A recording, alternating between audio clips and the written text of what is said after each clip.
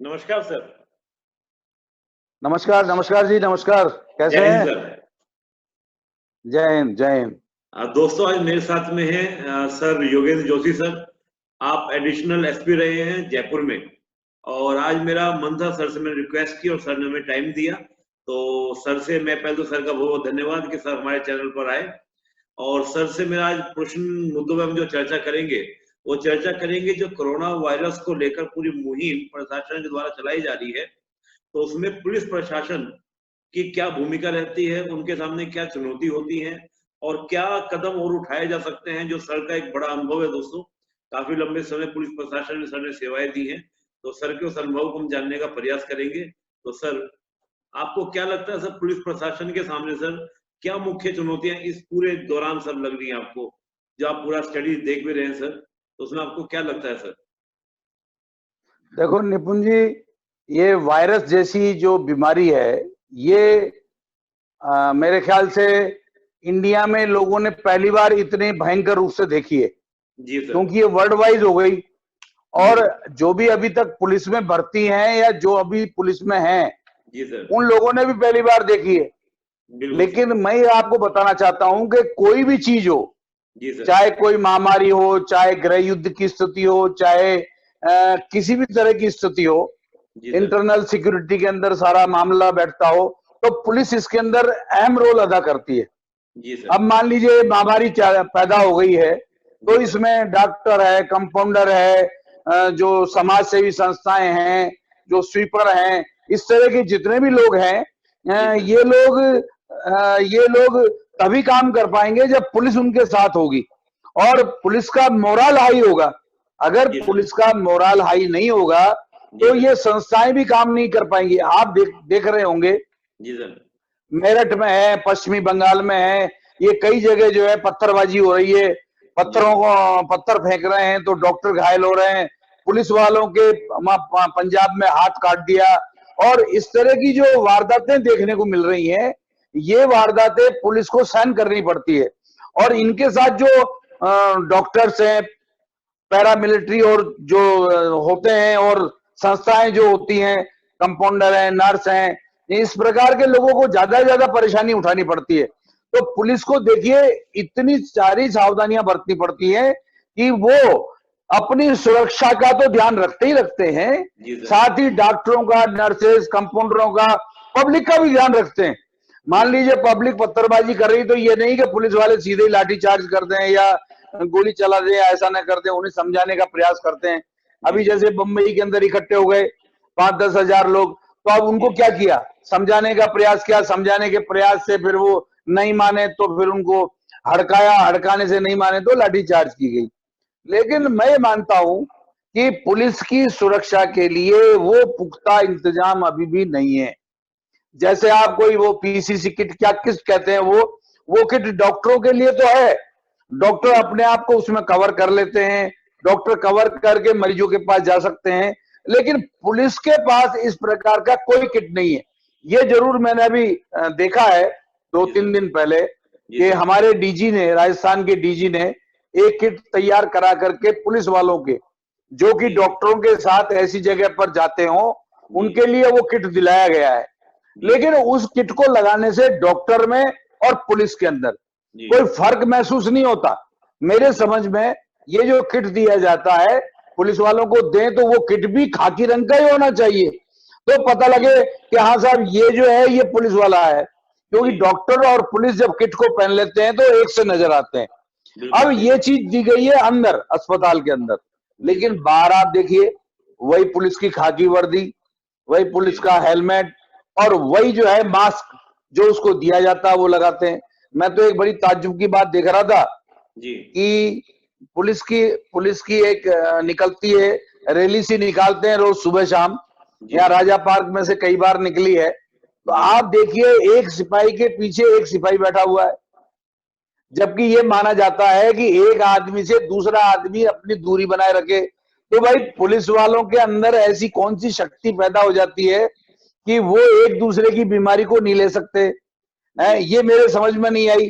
तो फिर मैंने ये बिंदु उठाया भी सही कि भाई आप ऐसा क्यों करते हैं, एक मोटरसाइकिल पे एक बिठाओ, उनकी भी दूरी का ख्याल रखो ना। वो बीमार अगर हो गए, ज्यादा से ज्यादा पुलिस वाले बीमार हो गए, तो आप क्या करोगे? जी ये मैंने उनको बताने का प्रयास किया। साथ ही क्या किया है आप देखिए, राजस्थान में केवल जी नीचे के पुलिस कर्मियों के वेतन को आधा कर दिया। अब मुझे बताओ, मुझे बताइए कि राजस्थान पुलिस में क्या राजस्थान के सिपाही के घर नहीं है? क्या वो इस महामारी से युद्ध नहीं लड़ रहा? मेरे समझ नहीं आती है कि ये किस प्रकार के प्रतिनिधि है जनता के, किस प्रकार की सरकार है। डॉक्टर्स, कंपाउंडर, नर्सें और सबकी तो तनख्वाह बराबर है जी लेकिन पुलिस वाले की कम कर दी कि साहब 30% कम कर दो। आप मुझे बताइए, एक पुलिस वाले के पास अगर मान लीजिए 50,000 तनख्वाह मिल रही है, जी 30,000 तो आपने काट लिए 30%। अगर मान लीजिए उस व्यक्ति ने कहीं लोन ले रखा है तो लोन वाले पहले लोन काट लेते हैं। अब वो बचे हुए 5-7 हजार रुपए से अपने घर का खर्च कैसे चलाएगा? ये इन लोगों ने नहीं सोचा। जी एक पुलिस वाले के ऊपर कितना बर्डन आ गया जी कि साहब उसकी तनख्वाह काटी जाए। जबकि मैं बताऊं आपको निपुण जी कि इस राजस्थान के अंदर बहुत सारे ऐसे विभाग हैं जिनके कर्मचारी घरों पर बैठे हैं, उनकी तनख्वाहें कम नहीं कर रहे। भाई क्यों नहीं तनख्वाह कम कर रहे? उनकी तनख्वाहें कम करो जिनको कोई आवश्यकता नहीं है, जो घरों पर बैठे हुए हैं। लेकिन पुलिस का जो कर्मचारी है, पुलिस का अधिकारी है, बाहर संघर्ष कर रहा है, मेहनत कर रहा है, पत्थर खा रहा है, उसके बाद घर जाता है तो उसके हाथ में तनख्वाह नहीं है। ये मुझे अच्छा नहीं लगा, इसलिए मैंने ये पॉइंट, क्योंकि कल मुझे टाइम मिला नहीं था, इसलिए मैंने ये पॉइंट आपके सामने रखना उचित समझा कि मैं ये पुलिस का जो दर्द है वो मैं ये बताने का प्रयास करूं। साथ ही मैं निपुण जी एक चीज और बताना चाहूंगा। जी सर। हमारे देश के छोटे नेता से बड़े नेता तक जी सबने, किसी ने प्रधानमंत्री सहयोग, किसी ने मुख्यमंत्री सहायता सहयोग में पैसे दिए हैं। जी आप ये देखिए कि किसी भी नेता ने अपने गांठ से एक पैसा नहीं दिया। जी सबने क्या किया है, जो जनता के द्वारा, जो जनता की इनकम टैक्स से जो पैसा मिलता है, जो जनता इनको खर्च करने के लिए देती है जनता के लिए, उनमें से ही इन लोगों ने पैसे दिए हैं। जबकि ये इतने लंबे समय से राजनीति कर रहे हैं, ये राजनीति करते हुए क्या 1 लाख रुपया भी अपनी जेब में से सहयोग नहीं दे सकते? लेकिन अभी तक एक भी नेता ने, मैं जहां तक समझता हूं, मुझे जहां तक जानकारी है, एक भी नेता ने अपनी जेब में से पैसे नहीं दिए। सब अपने जो विधायक कोटा होता है उसमें से देते हैं, कोई एमपी कोटा होता है तो उसमें से देते हैं। भाई क्यों नहीं? आपने इतने समय से राजनीति की है, आपके पास पैसा तो होगा। माना जाता है कि राजनेता के पास पैसा होता है। अब वो उस गांठ में से जो पैसा है वो नहीं देना चाहता। वो अगर दे दे तो लोग ये कहें इसने लाख रुपया कहां से लाके दिया है। वो ये सोचता है कि मैं बेईमान कहलाऊंगा। अरे भाई बेईमान क्यों? कौन कहलाएगा बेईमान? आप बेईमान नहीं कहलाएंगे।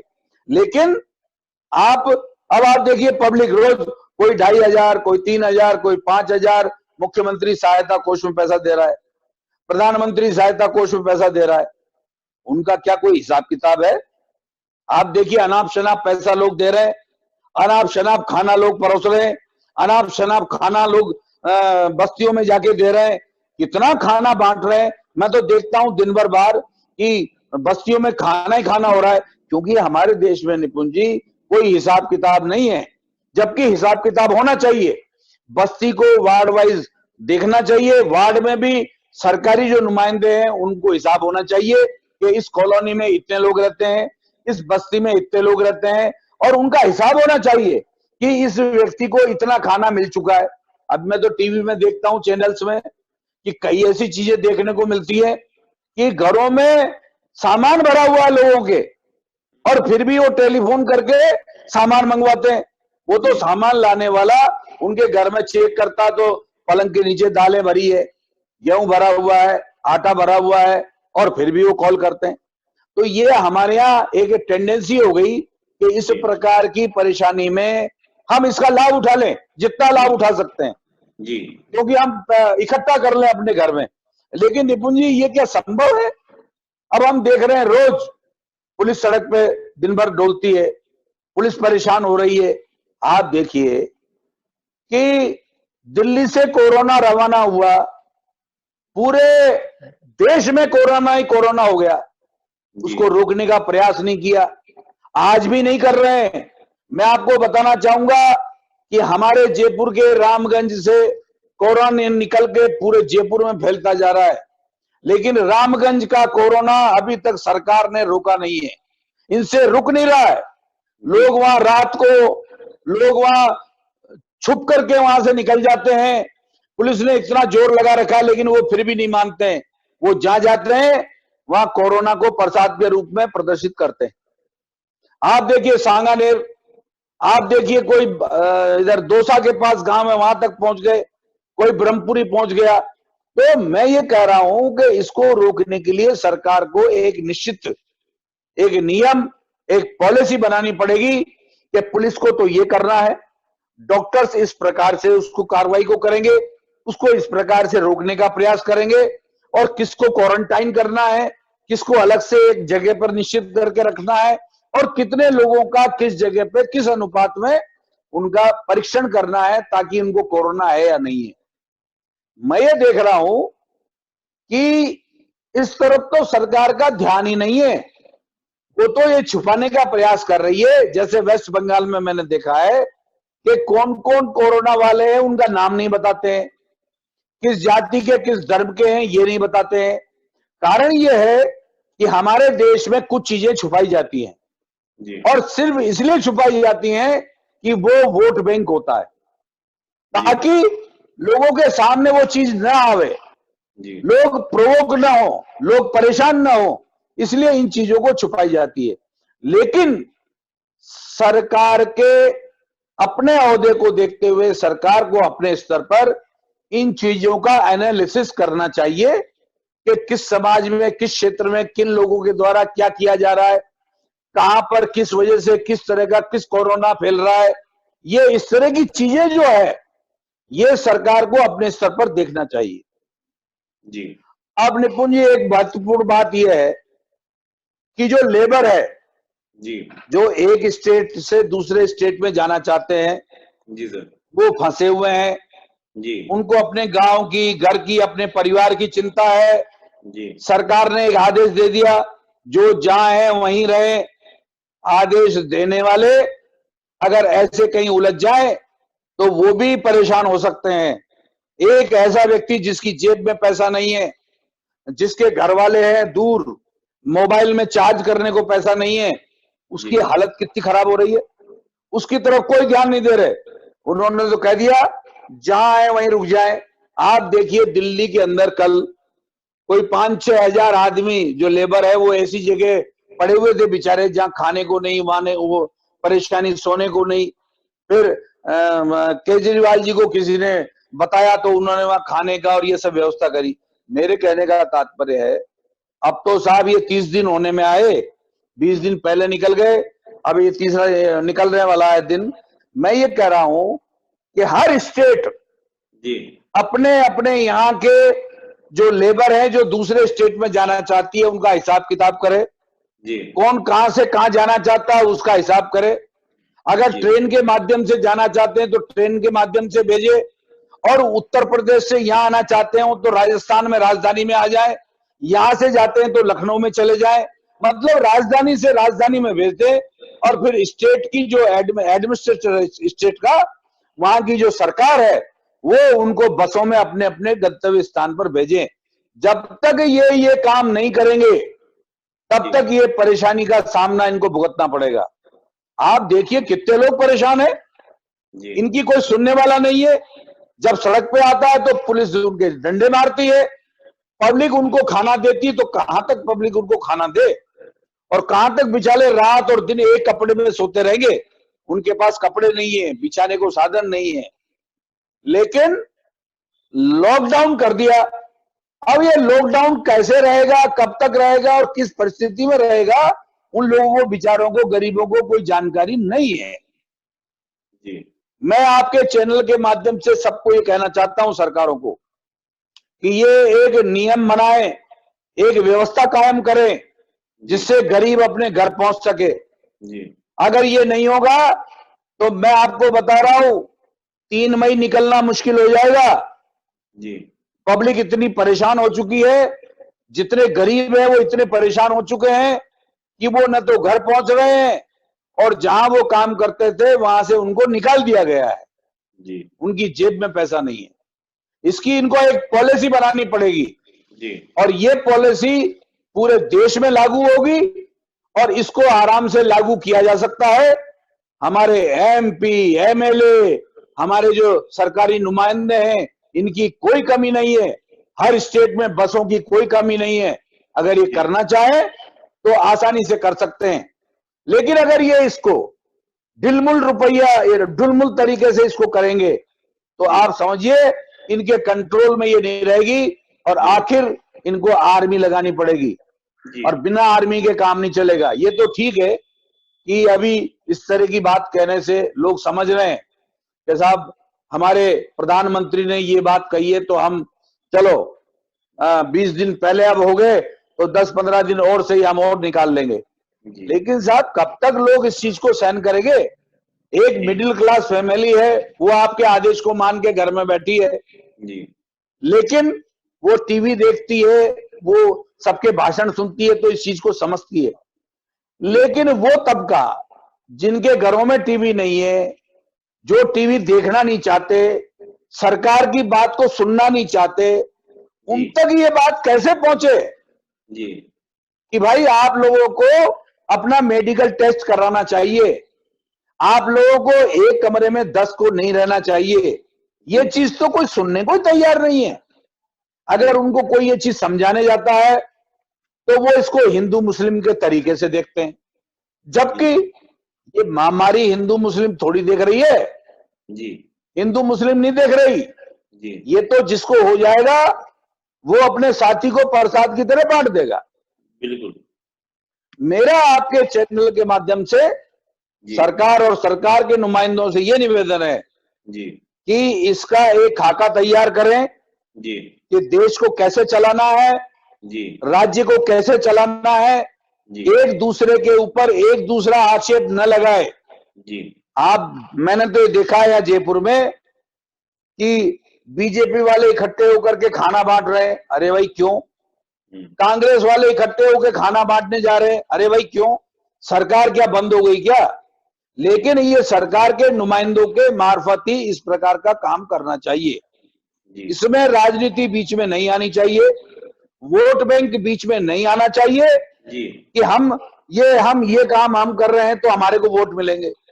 अरे भाई जिंदा रहेंगे तो वोट मिलेंगे और ये जिंदा रहेंगे तो आपको वोट देंगे। बिल्कुल बिल्कुल। लेकिन इसमें भी राजनीति देखिए पूरे देश में चल रही है। मेरा तो समझ है, मैं आपके चैनल के माध्यम से नरेंद्र मोदी साहब को ये निवेदन करना चाहूंगा कि ऐसे समय में जब देश इस स्थिति में है कि काम नहीं चल रहा है, लगातार संख्या बढ़ती जा रही है, तो इन जो सरकारें हैं स्टेट की, इन सरकारों के स्टेट से जो कि स्टेट सरकार है, इनके अधिकार निश्चित कर लेने चाहिए। इनके अधिकार केंद्र के पास हो जाने चाहिए ताकि वो ऊपर से नीचे तक जो पैसा बांट रहे हैं वो वहां तक पहुंच रहा है या नहीं पहुंच रहा है। अगर कोई व्यवस्था फेल हो रही है तो उस व्यवस्था को सुधार कैसे कर सकते हैं? अब केंद्र तो बात अलग करता है, स्टेट उनकी बात मानता है या नहीं मानता है, लेकिन कई बार स्टेट अपनी मनमानी करता है। तो मेरा कहना यह है कि इन सब चीजों को देखते हुए आज तो आपदा की स्थिति है। अगर सेंटर कदम नहीं उठाएगा और सारी स्टेट्स को अपने अंडर में लेकर के इस महामारी से निपटने के प्रयास नहीं करेंगे तो निपुण जी आप देखना, ये जैसे जैसे छूटेगा ये कोरोना वायरस कभी भी माफ नहीं करेगा, ये लोगों के लगेगा। और एक समय ऐसा आएगा जब नरेंद्र मोदी ये कहेंगे आज रात को 8 बजे से हम इस देश को अपने कंट्रोल में लेते हैं, अब सब अपने अपने घरों में घुस जाएं। ये स्थिति आने वाली है। क्यों? क्योंकि हर स्टेट गवर्नमेंट अपनी राजनीति कर रही है। उनको ये नहीं समझ में आ रहा है कि हिंदू है, चाहे मुसलमान है, चाहे सिख है, चाहे ईसाई है, ये तो सबको कोरोना मारेगा भाई। और आज मुख्यमंत्री अगर चुपचाप बैठे कि मेरे को कोरोना नहीं लग सकता, तो बताओ गुजरात के मुख्यमंत्री को कोरोना लगने का डर था कि नहीं था? उनको भी क्वारंटाइन होना पड़ा। अरे भाई, इसलिए राजनीति हमारे देश के अंदर इस चीज को रोकना चाहिए। मेरा आपके चैनल के माध्यम से सभी सरकारी नुमाइंदों को निवेदन है कि ये राजनीति के तौर पर कोई व्यक्ति आपको किसी चीज के लिए कहता है तो उनकी बात मानने की आवश्यकता नहीं है। पब्लिक की सेवा करने के लिए आप तुले हैं। गलत को गलत कहिए, सही को सही कहिए, और पुलिस को सख्त रवैया अपनाना चाहिए। इनको ये नहीं देखना चाहिए कि हमको ऊपर से आदेश मिलेंगे तब हम ये काम करेंगे। क्यों? दंगे फसाद में तो चलो ये पता लगता है कि ये व्यक्ति चाकू मारेगा, ये व्यक्ति लाठी मारेगा, दंगा हो रहा है, पत्थर आ रहे हैं। अरे ये कोरोना तो ऐसा है जो आप लॉ एंड ऑर्डर मेंटेन कर रहे हैं, आपके पास में से निकल के चला गया, आपको प्रसाद दे गया। पुलिस वाले भी देखिए कितने इससे ग्रसित हो गए हैं इस बीमारी से। बिल्कुल। अगर पुलिस वाले, डॉक्टर, नर्सेज अगर इस बीमारी से ग्रसित हो गई तो निपुण जी ये बताइए इस व्यवस्था को चलाएगा कौन? बिल्कुल सर। विदेशों में तो आर्मी तक में हो गया। अभी अपनी आर्मी तो बची हुई है। बिल्कुल सर। अपनी आर्मी में कम से कम ये चीज फैली नहीं है। जी। आर्मी में समझदार लोग हुए जो वो समान दूरी की जो व्यवस्था है उसको वो शायद उन्होंने व्यवस्था कर रखी होगी। लेकिन पुलिस में भी, डॉक्टर्स में भी, नर्सेज में भी इन सब की व्यवस्था देखनी चाहिए। आप देखते हैं कि इतने डॉक्टर हैं, बेचारा हस्बैंड भी डॉक्टर, उसकी मिसेज भी डॉक्टर है, बच्ची कहीं और जगह है, इसी तरह से पुलिस वालों के हैं, दोनों हस्बैंड वाइफ पुलिस में हैं उनके। इन चीजों को भी प्राथमिकता के आधार पर देखिए। आप देखिए घर में खाना नहीं मिलता है, पुलिस वाला बाहर बैठ करके खाना खाता है, उसको खाने के लिए व्यवस्था नहीं बनती है। तो सरकार के स्तर पर इन सब चीजों को देखना अनिवार्य है। जब ये चीजें देखी जाएगी तब इस आपदा से, जो कि गृह युद्ध है, इस गृह युद्ध में लड़ने वाले कौन? अपन। और बीमार होने वाले कौन? अपन।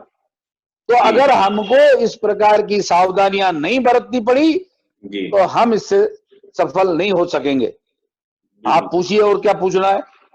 नहीं सर, बहुत अच्छी बात आपने बताई सर। एक तो बड़ी बात मुझे लगी कि भाई पुलिस वालों को दो मार पड़ रही है, एक तो सैलरी कम कर रहे हैं और एक वो फ्रंट पे जाके लड़ाई लड़ रहे हैं। जो डिपार्टमेंट फ्रंट पे जाके लड़ाई नहीं लड़ रहे हैं उनका आर्थिक योगदान होना चाहिए। बिल्कुल सही बात है। बिल्कुल सही बात है आपकी कि भाई कम से कम जो आप बताइए कि हाँ बिल्कुल, आप बताइए कि मेरे पास पुलिस के कर्मचारियों के हेड कांस्टेबलों के टेलीफोन आए, बोले साहब आप हमारी बात रखना, हमको अगर मान लीजिए 50,000 तनख्वाह मिलती है, 25,000 लोन में कट गए। अब अगर 25,000 पुलिस ने तनख्वाह रख ली तो फिर हमारे घर में क्या आया, हम बाल बच्चों को क्या खिलाएंगे? ये सरकार को देखना चाहिए जी। और ऐसे नहीं है कि पुलिस और मेडिकल स्टाफ ही है, इसके अलावा दुनिया भर के विभाग हैं राजस्थान गवर्नमेंट के, जिनके घर पे लोग बैठे हुए हैं और बैठे बैठे उनको तनख्वाह मिल रही है। उनकी तनख्वाह काटो ना आप, उनकी तनख्वाह तो काट नहीं रहे। पुलिस वाले जो मेहनत कर रहे हैं, जो सड़क पे जूझ रहे हैं, जो अपराधियों से भी लड़ रहे हैं, जो कोरोना से भी लड़ रहे हैं, जो डॉक्टरों को सहयोग कर रहे हैं, उनकी तनख्वाह को कम करना न्यायोचित नहीं है। राज्य सरकार को पुनः इस पर विचार करके और तुरंत ये आश्वासन देना चाहिए कि नहीं चलो भाई इस महीने में काट ली, लेकिन अगले महीने में इनको पूरी तनख्वाह मिलेगी।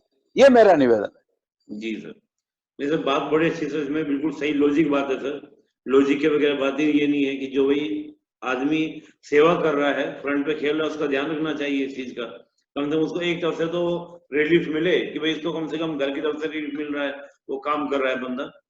सर एक प्रश्न यहाँ पे ये था मेरे मन में सर, जैसे पुलिस काम जब करती है तो पुलिस को जो ऑर्डर मिल रहे हैं, जैसे ही मिले जो भी चीज मिल रही है, तो ये शिफ्टिंग का अरेंजमेंट करते हैं किस प्रकार से?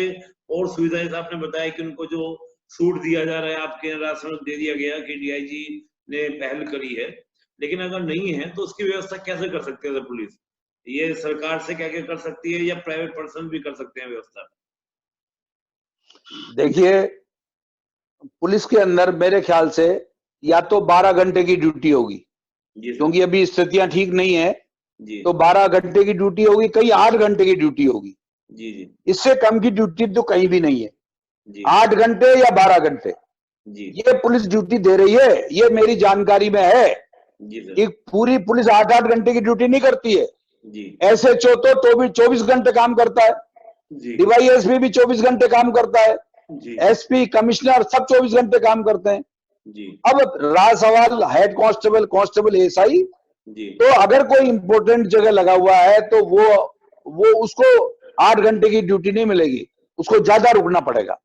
जी और रहा सवाल ये पीपीपी जो क्या है, ये पहनने का जो एक कवर कवर मान लेते हैं, बॉडी कवर। कवर कवर जी हाँ कवर है, जी ये बॉडी कवर बनाने वाली संस्थाएं बहुत है। जी डीआरडीए ने भी बनाया है, जी और भी कई फैक्ट्रीज है जो बना रही हैं। जी जी तो सर। मैं ये मानता हूं, मेरा निवेदन है आपके माध्यम से सरकार को, जी कि पुलिस वाले खाकी वर्दी में रहते हैं, जी उनके हाथ नंगे रहते हैं, उनके पैर नंगे रहते हैं, उनका चेहरा खुला हुआ रहता है, सिर्फ मास्क लगा रहता है, उनके जी कपड़े अंदर से। तो मेरा निवेदन यह है कि ऐसा उनके लिए भी पूरे शरीर को ढकने के लिए जी एक बनना चाहिए, जिस तरह से डॉक्टरों को ढकने के लिए बना गया है, जी इसी तरह से पुलिस के लिए भी बनना चाहिए, और उसका कलर अलग होना चाहिए डॉक्टर से, ताकि लोग ये समझ लें, लोग ये पहचान लें कि ये पुलिस वाला है। जी क्यों? क्योंकि उस पुलिस वाले को वार्ड में भी ड्यूटी देनी पड़ रही है, जी क्योंकि वार्ड में जब कोरोना ग्रसित जो लोग हैं, जी जो सर। तथाकथित दिल्ली से आए थे, ये वार्ड में भी उद्यम मचाते हैं। जी जब वार्ड में उद्यम मचाते हैं तो पुलिस वाले को भी वहां जाना पड़ता है, जी और जब पुलिस वाला वहां जाता है तो वो कोई कवर पहन के थोड़ी जाता है, जी वो तो बेचारा ऐसे ही जाता है मास्क लगा के, जी तो उसकी जान को भी खतरा रहता है। जी इसलिए राज्य सरकारों को और केंद्र सरकार को जी पुलिस और पैरामिलिट्री फोर्सेस के लिए तुरंत प्रभाव से कवर की व्यवस्था करनी चाहिए। जी सर। सर इसके अलावा सर पूरी पब्लिक के लिए जो चैनल पे देख रहे हैं सर, जो भी लोग मेरे स्टूडेंट्स भी हैं, काफी लोग देखते हैं, उनके लिए सर कोई मैसेज देना चाहेंगे आप पुलिस प्रशासन की ओर से सर? क्योंकि कुछ जगह लाठी भी यूज हो रही है सर, उसमें कुछ नेगेटिव लोग बोलने लगते हैं पुलिस वाले लाठियां मार रहे हैं, तो सर क्या उसमें कुछ कहना चाहेंगे सर? देखिए साहब, मैं आपके चैनल में जो आपके जुड़े हुए लोग हैं, वो अगर मेरी बात सुनते हो, तो पहले एक कहावत चला करती थी, बरसात का रिपट्या और पुलिस का पिट्या जी कभी बुरा नहीं मानता। जी जी तो ये कहावत आज सटीक है। जी कोई भी पुलिस वाला बदनीयती से किसी को मार नहीं रहा, जी उसकी बदनीयती नहीं है मारने पीटने की।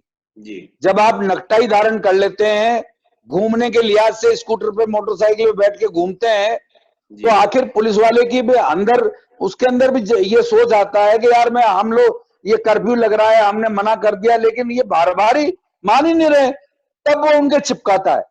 इसीलिए अच्छा, फिर भी उसके जो चिपकाना है, उसके अंदर भी उसका प्रेम का व्यवहार रहता है, जी उसके अंदर गुस्सा नहीं होता। वो ये चाहता है पुलिस वाला कि अगर मेरे मारने से इसको अगर अकल आ जाती है, तो ये अपने घर से बाहर नहीं निकलेगा। जी इसलिए सभी नागरिकों को मेरा निवेदन है कि पुलिस बदनीति पूर्वक आपको नहीं मारेगी, नहीं पीटेगी, लेकिन अगर आप ज्यादा ही, जिस तरह से स्कूल के अंदर पहले हम जब सरकारी स्कूल में पढ़ते थे, जी तो अगर शैतानी करते थे तो हमारा जो टीचर है हमें मुर्गा बना देता था, हम बने हैं, स्केल से पिटाई करता था, अब तो कोई बुरा ही नहीं मानता था। जी अब बुरा क्यों मानने लगे भाई? हम्म, अब तो इसलिए मेरा निवेदन है कि पुलिस बदनीति पूर्वक आपको मारेगी पीटेगी नहीं, लेकिन हाँ, जो निर्देश टीवी के माध्यम से, क्योंकि आप पढ़े लिखे हैं, जो जी निर्देश टीवी के माध्यम से, जो निर्देश आपको व्हाट्सएप के माध्यम से प्राप्त होते हैं, तो उनकी, आप पढ़े लिखे होने के नाते आपको उसकी पालना करनी चाहिए। जी जी सर। सर बड़ा अच्छा आपने सर बताया पुलिस प्रशासन के बारे में, कभी बहुत अंदर की बातें आपने बताई, जहां तक मैं भी सोच नहीं पा रहा था सर वहां तक, तो कि आपने पुलिस का जो सैलरी और साथ में फ्रंट पे काम करने की और साथ में जो बॉडी कवर सूट की बात है, ये दोनों बातें सर बड़ी अच्छी इसमें उठी हमारे बीच में चर्चा में। सर बहुत अच्छा लगा, और कोई सर बात होगी तो मैं जरूर चर्चा करूंगा, क्योंकि कोई प्रश्न आएंगे प्रश्न मैं आपसे जरूर पूछूंगा सर। बहुत बहुत धन्यवाद सर, आपने समय निकाला हम लोगों के लिए। बहुत बहुत धन्यवाद सर। जय हिंद सर। नमस्कार, नमस्कार, बहुत बहुत धन्यवाद, थैंक यू सो मच।